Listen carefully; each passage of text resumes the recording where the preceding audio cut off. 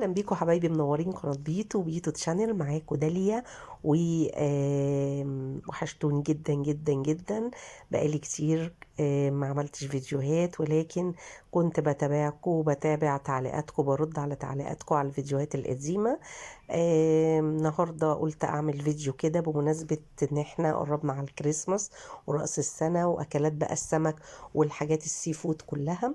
طبعا في على القناه عندي ملف كامل فيه اكلات كتير قوي من الاسماك بطرق مختلفه. هسيبه لكم في اخر الفيديو، وهسيبه لكم برضو في اول تعليق بعد الفيديو على طول ممكن تشوفوه. تمام، تعالوا بقى النهارده نشوف هنعمل ايه. فيديو قصير وسريع. هنعمل النهارده السمك البوري. هنعمله صينيه في الفرن بزيت وليمون. السمك البوري هو انا يعني منضفاه وغسلاه، بس لسه ما نقعتوش، يا دوب غسلته وشطفته كده من بره ومن جوه، لسه هنقعه.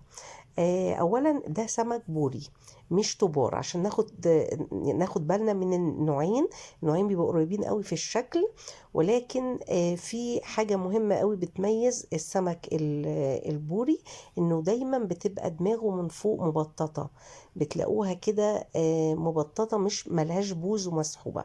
الكلام ده انا قلته قبل كده في فيديو، كنت عملت السمك البوري مشوي بالردة في الفرن. هتلاقوه برضو في الملف اللي هسيبه لكم. ولكن قلت برضو اقول لكم بصوا الراس بتاعته بتبقى عامله ازاي اهي. الراس مبططه خالص، مفيش بوز من قدام.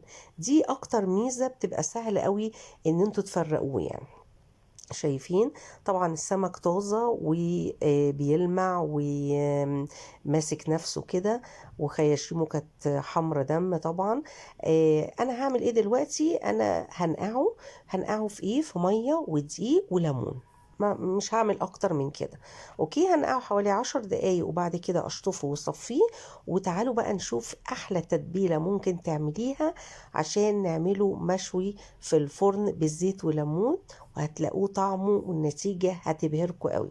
يلا بينا عشان تلحقوا تحضروا أكلات رأس السنة، خليكم معايا. أول حاجة معايا الفلفل الرومي الألوان. عندي الفلفل الأصفر وعندي الفلفل الأحمر والفلفل الأخضر الرومي. أوكي، طبعا بنعملهم على قد الكمية. هضربهم في الكبة ومش هضربهم ناعم قوي، هخليهم خشن أو وسط. تمام، هروح أضربهم وارجع لكم نشوف هنعمل ايه.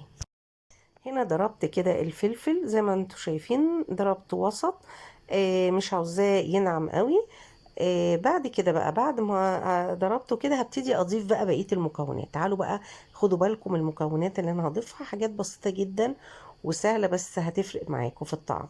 عندي هنا معلقة كبيرة من الثوم المفروم. طبعا انا ما حطيتوش في الكبة لان انا عندي الثوم مفروم جاهز. عاوزة يعني هتفصصيه، يبقى حطيه في الكبة يتفرم مع الفلفل. وعندي هنا شوية هاخد شوية جزر.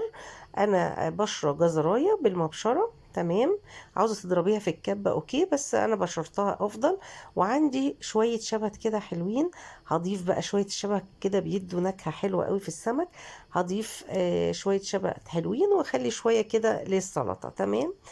معايا بقى ايه تاني؟ معايا طبعا زي ما انتم شايفين كده معايا الليمون، والليمون ده اساسي طبعا. ليمون بقى 4 5 ليمونات براحتك.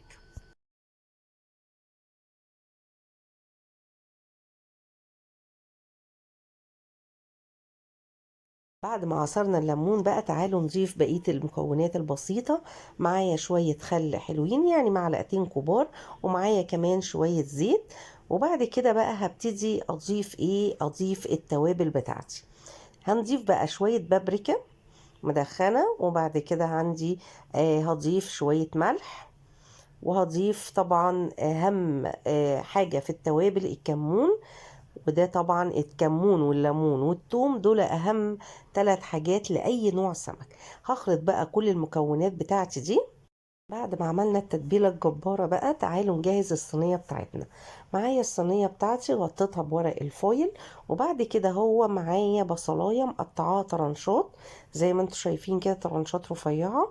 وبعد كده هضيف عليها معلقة من التتبيلة، وابتدي اخلطها كده مع بعضيهم، وهفرشها في الصينية. تمام، عشان ارص عليها السمك بتاعي.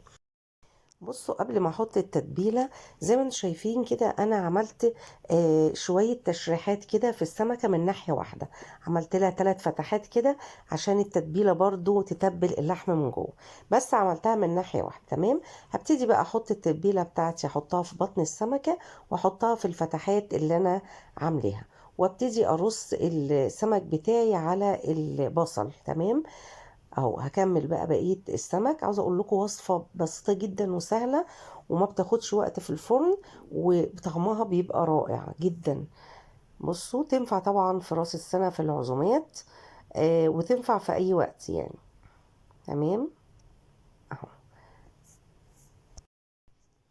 بعد ما خلصت كل التتبيلة هسيبه حوالي ربع ساعة وهدخله في الفرن، وبعد كده نشوف النتيجة بعد ما يطلع. خليكم معايا. وادي السمك بعد ما طلع من الفرن، شايفين شكله يجنن وطعمه حلو جدا وريحته خطيرة. بصوا تحفة. وعاوزة اقول لكم ما اخدش وقت في الفرن خالص، انا ظبطت الفرن من تحت بس، ظبطته على نص ساعة، يدوب نص ساعة، وكان بالشكل اللي انتوا شايفينه ده. تمام. وطبعا البصل بقى تحفة وعمل صوص جميل جدا. عاوزة اقول لكم في الاكل كان مسكر وزي العسل. جنبيه بقى شوية الرز بتاع السمك، رز الصيادية، وجنبيه شوية سلطة، يبقى اخر جمال. طبعا الوصفة دي انا هسيبها لكم في الملف بتاع الاسماك عشان تبتدوا تجهزوا وتجيبوا الاسماك بتاعتكم لراس السنة، ويبقى عندكم اكتر من وصفة. تمام. وكل سنة وانتم طيبين، واشوفكم ان شاء الله في وصفات جديدة قريب، والى اللقاء في فيديوهات جديدة. متنسوش اللايك والشير لو الوصفة عجبتكم. باي باي، ميرسي ليكم.